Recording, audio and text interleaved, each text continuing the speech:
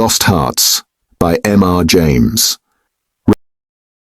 It was, as far as I can ascertain, in September of the year 1811, that a post-chaise drew up before the door of Aswarby Hall, in the heart of Lincolnshire. The little boy, who was the only passenger in the chaise, and who jumped out as soon as it had stopped, looked about him with the keenest curiosity during the short interval that elapsed between the ringing of the bell and the opening of the hall door. He saw a tall, square, red brick house built in the reign of Anne. A stone-pillared porch had been added in the purer, classical style of 1790.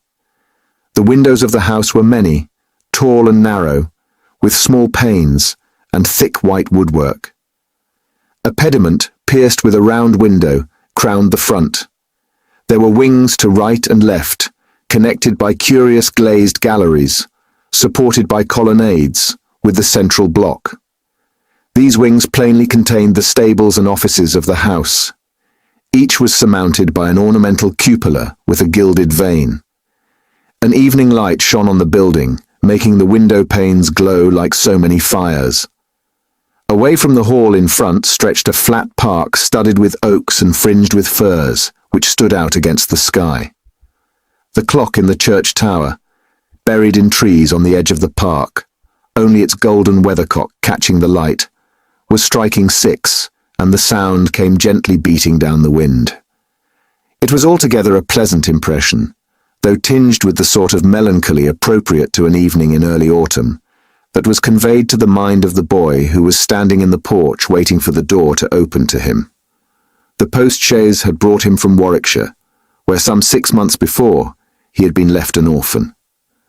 Now, owing to the generous offer of his elderly cousin, Mr. Abney, he had come to live at Aswarby. The offer was unexpected, because all who knew anything of Mr. Abney looked upon him as a somewhat austere recluse, into whose steady-going household the advent of a small boy would import a new and, it seemed, incongruous element. The truth is that very little was known of Mr. Abney's pursuits or temper. The professor of Greek at Cambridge had been heard to say that no one knew more of the religious beliefs of the later pagans than did the owner of Aswarby. Certainly his library contained all the then available books bearing on the mysteries, the Orphic poems, the worship of Mithras, and the Neo-Platonists. In the marble-paved hall stood a fine group of Mithras slaying a bull, which had been imported from the Levant at great expense by the owner. He had contributed a description of it to the Gentleman's Magazine, and he had written a remarkable series of articles in the Critical Museum on the superstitions of the Romans of the Lower Empire. He was looked upon, in fine, as a man wrapped up in his books, and it was a matter of great surprise among his neighbours that he should ever have heard of his orphan cousin, Stephen Elliott, much more that he should have volunteered to make him an inmate of Aswarby Hall. Whatever may have been expected by his neighbours, it is certain that Mr. Abney, the tall, the thin, the austere, seemed inclined to give his young cousin a kindly reception. The moment the front door was opened, he darted out of his study, rubbing his hands with delight. "How are you, my boy? How are you? How old are you?" said he. "That is, you are not too much tired, I hope, by your journey to eat your supper?" "No, thank you, sir," said Master Elliott. "I am pretty well." "That's a good lad," said Mr. Abney. "And how old are you, my boy?" It seemed a little odd that he should have asked the question twice in the first 2 minutes of their acquaintance. "I'm 12 years old next birthday, sir," said Stephen. "And when is your birthday, my dear boy? 11th of September, eh? That's well. That's very well. Nearly a year hence, isn't it? I like to get these things down in my book. Sure it's 12? Certain?" "Yes, quite sure, sir." Well, take him to Mrs. Bunch's room, Parks, and let him have his tea, supper, whatever it is." "Yes, sir," answered the staid Mr. Parks, and conducted Stephen to the lower regions. Mrs. Bunch was the most comfortable and human person whom Stephen had as yet met in Aswarby. She made him completely at home. They were great friends in a quarter of an hour, and great friends they remained. Mrs. Bunch had been born in the neighbourhood some 55 years before the date of Stephen's arrival, and her residence at the Hall was of 20 years' standing. Consequently, if anyone knew the ins and outs of the house and the district, Mrs. Bunch knew them, and she was by no means disinclined to communicate her information. Certainly there were plenty of things about the Hall and the Hall gardens, which Stephen, who was of an adventurous and inquiring turn, was anxious to have explained to him. Who built the temple at the end of the Laurel Walk? Who was the old man whose picture hung on the staircase, sitting at a table, with a skull under his hand? These and many similar points were cleared up by the resources of Mrs. Bunch's powerful intellect. There were others, however, of which the explanations furnished were less satisfactory. One November evening, Stephen was sitting by the fire in the housekeeper's room, reflecting on his surroundings. "Is Mr. Abney a good man, and will he go to heaven?" he suddenly asked, with the peculiar confidence which children possess in the ability of their elders to settle these questions, the decision of which is believed to be reserved for other tribunals. "Good. Bless the child," said Mrs. Bunch. "Master's as kind a soul as ever I see. Didn't I never tell you of the little boy as he took in out of the street, as you may say, this 7 years back, and the little girl, 2 years after I first come here?" "No. Do tell me all about them, Mrs. Bunch. Now. This minute." "Well," said Mrs. Bunch, "the little girl I don't seem to recollect so much about. I know master brought her back with him from his walk one day, and give orders to Mrs. Ellis, as was housekeeper then, as she should be took every care with. And the poor child hadn't no one belonging to her. She telled me so her own self. And here she lived with us a matter of 3 weeks it might be. And then, whether she was something of a gypsy in her blood or what not. But one morning she out of her bed afore any of us had opened our eye, and neither track nor yet trace of her have I set eyes on since. Master was wonderful put about, and had all the ponds dragged, but it's my belief she was had away by them gypsies, for there was singing round the house for as much as an hour the night she went, and Parks, he declare, as he heard them a-calling in the woods all that afternoon. Dear, dear, a hod child she was, so silent in her ways and all, but I was wonderful taken up with her, so domesticated she was. Surprising." "And what about the little boy?" said Stephen. "Ah, that poor boy," sighed Mrs. Bunch. "He were a foreigner. Giovanni he called hisself, and he come a-tweaking his hurdy-gurdy round and about the drive one winter day, and mastered him in that minute, and asked all about where he came from, and how old he was, and how he made his way, and where was his relatives, and all as kind as heart could wish. But it went the same way with him. They're a hunruly lot, them foreign nations, I do suppose. And he was off one fine morning just the same as the girl. Why he went and what he done was our question for as much as a year after, for he never took his hurdy-gurdy. And there it lays on the shelf."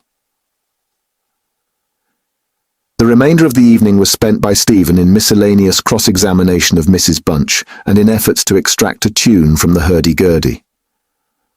That night he had a curious dream.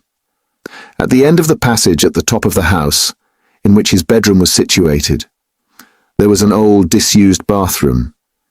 It was kept locked, but the upper half of the door was glazed, and since the muslin curtains which used to hang there had long been gone, you could look in and see the lead-lined bath affixed to the wall on the right hand, with its head towards the window.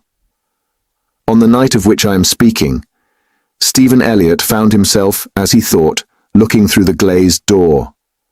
The moon was shining through the window, and he was gazing at a figure which lay in the bath. His description of what he saw reminds me of what I once beheld myself in the famous vaults of St. Michael's Church in Dublin, which possess the horrid property of preserving corpses from decay for centuries. A figure inexpressibly thin and pathetic, of a dusty, leaden colour, enveloped in a shroud-like garment, the thin lips crooked into a faint and dreadful smile, the hands pressed tightly over the region of the heart, As he looked upon it, a distant, almost inaudible moan seemed to issue from its lips, and the arms began to stir. The terror of the sight forced Stephen backwards, and he awoke to the fact that he was indeed standing on the cold boarded floor of the passage in the full light of the moon. With a courage which I do not think can be common among boys of his age, he went to the door of the bathroom to ascertain if the figure of his dream were really there. It was not, and he went back to bed. Mrs. Bunch was much impressed next morning by his story, and went so far as to replace the muslin curtain over the glazed door of the bathroom. Mr. Abney, moreover, to whom he confided his experiences at breakfast, was greatly interested and made notes of the matter in what he called his book. The spring equinox was approaching, as Mr. Abney frequently reminded his cousin, adding that this had been always considered by the ancients to be a critical time for the young, that Stephen would do well to take care of himself, and to shut his bedroom window at night, and that Censorinus had some valuable remarks on the subject. Two incidents that occurred about this time made an impression upon Stephen's mind. The first was after an unusually uneasy and oppressed night that he had passed, though he could not recall any particular dream that he had had. The following evening, Mrs. Bunch was occupying herself in mending his nightgown. "Gracious me, Master Stephen," she broke forth rather irritably. "How do you manage to tear your nightdress all to flinders this way? Look here, sir, what trouble you do give to poor servants that have to darn and mend after you." There was indeed a most destructive and apparently wanton series of slits or scorings in the garment, which would undoubtedly require a skillful needle to make good. They were confined to the left side of the chest, long, parallel slits, about 6 inches in length, some of them not quite piercing the texture of the linen. Stephen could only express his entire ignorance of their origin. He was sure they were not there the night before. "But," he said, "Mrs. Bunch, they are just the same as the scratches on the outside of my bedroom door, and I'm sure I never had anything to do with making them." Mrs. Bunch gazed at him open-mouthed, then snatched up a candle, departed hastily from the room, and was heard making her way upstairs. In a few minutes she came down. "Well," she said, "Master Stephen, it's a funny thing to me how them marks and scratches canna come there. Too high up for any cat or dog to have made 'em, much less a rat. For all the world like a Chinaman's fingernails, as my uncle in the tea trade used to tell us of when we was girls together. I wouldn't say nothing to Master, not if I was you, Master Stephen, my dear, and just turn the key of the door when you go to your bed. I always do, Mrs. Bunch, as soon as I've said my prayers."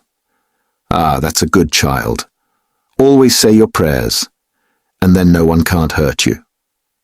Herewith Mrs. Bunch addressed herself to mending the injured nightgown, with intervals of meditation, until bedtime.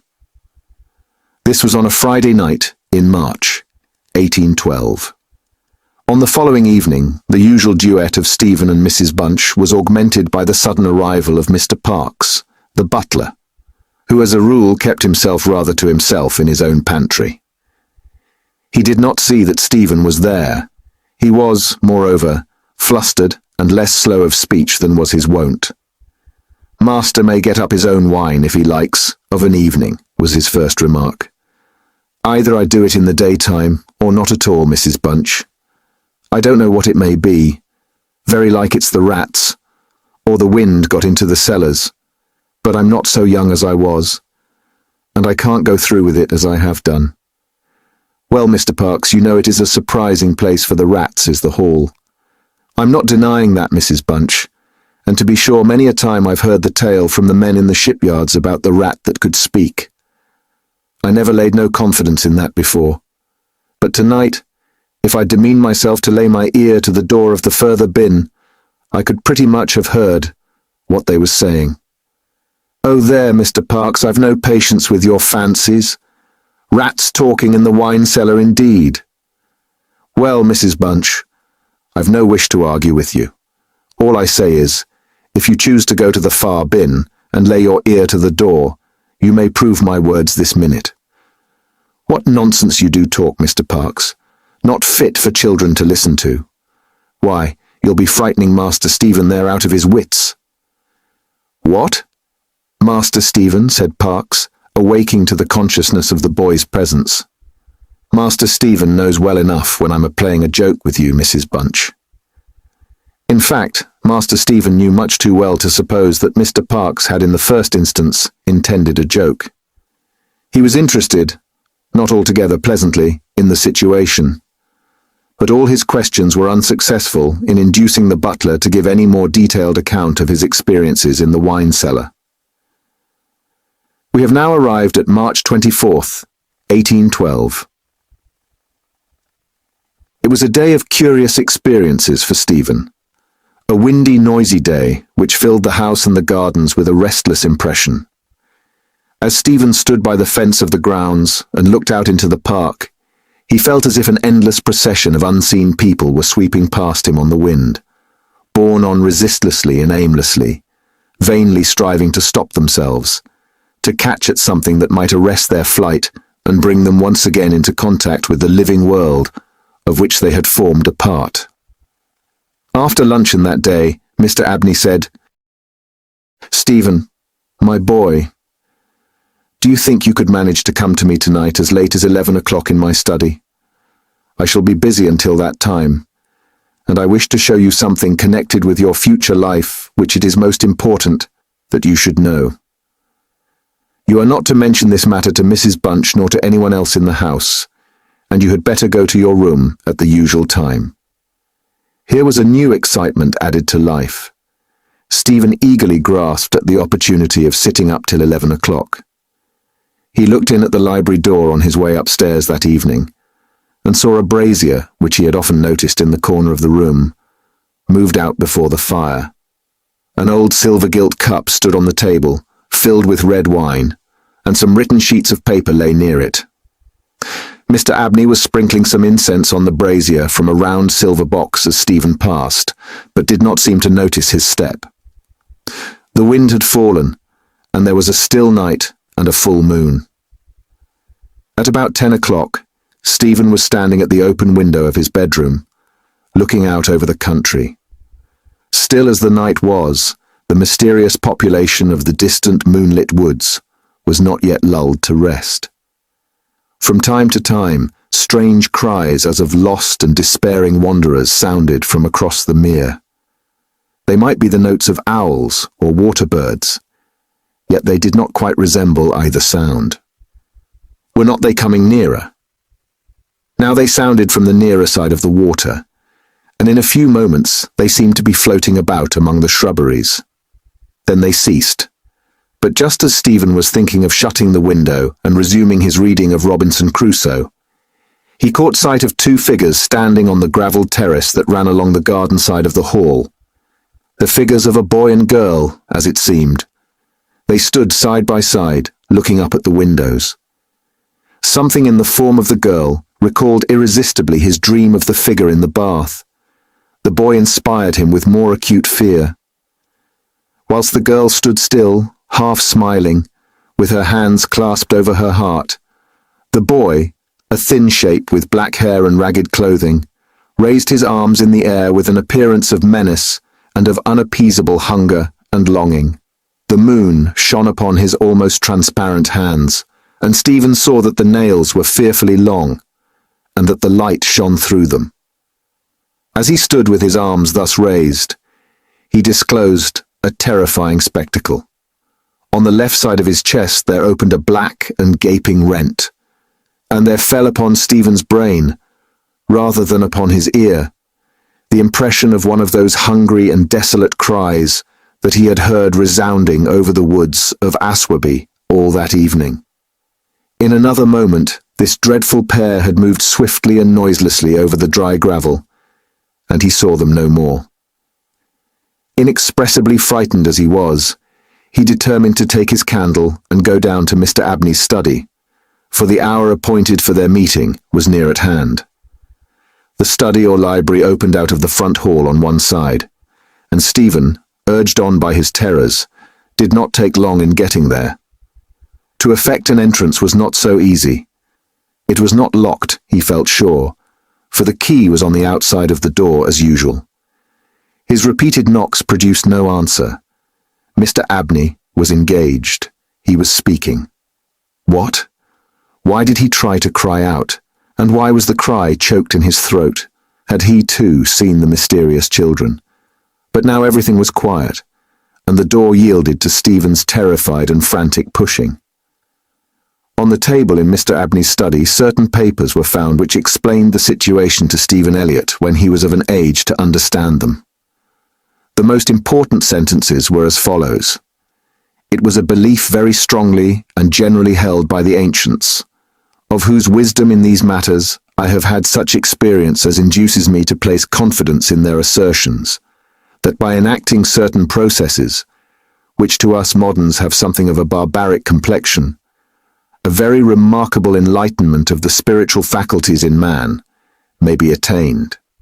That, for example, by absorbing the personalities of a certain number of his fellow creatures, an individual may gain a complete ascendancy over those orders of spiritual beings which control the elemental forces of our universe. It is recorded of Simon Magus that he was able to fly in the air, to become invisible, or to assume any form he pleased, by the agency of the soul of a boy, whom, to use the libellous phrase employed by the author of the Clementine Recognitions, he had murdered. I find it set down, moreover, with considerable detail in the writings of Hermes Trismegistus, that similar happy results may be produced by the absorption of the hearts of not less than 3 human beings below the age of 21 years. To the testing of the truth of this receipt, I have devoted the greater part of the last 20 years, selecting as the corpora vilia of my experiment such persons as could conveniently be removed, without occasioning a sensible gap in society.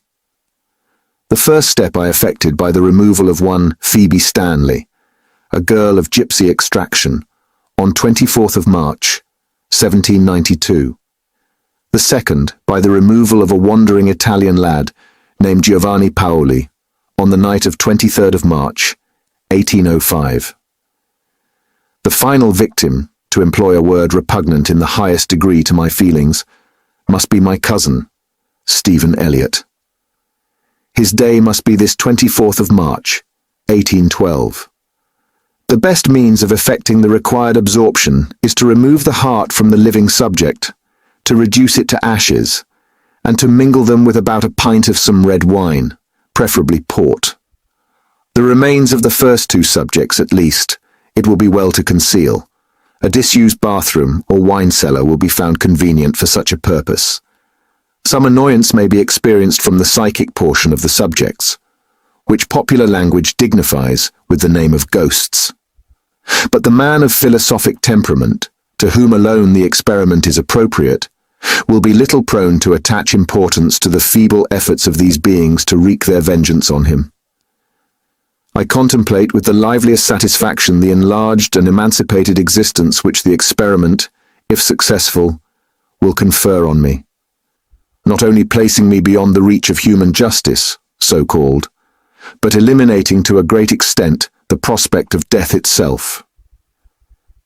Mr. Abney was found in his chair, his head thrown back, his face stamped with an expression of rage, fright, and mortal pain. In his left side was a terrible lacerated wound, exposing the heart. There was no blood on his hands, and a long knife that lay on the table was perfectly clean. A savage wildcat might have inflicted the injuries. The window of the study was open, and it was the opinion of the coroner that Mr. Abney had met his death by the agency of some wild creature. But Stephen Elliott's study of the papers I have quoted led him to a very different conclusion. Thank you for listening. If you like our recordings, consider liking this video and subscribing to our channel so you don't miss any more audiobooks.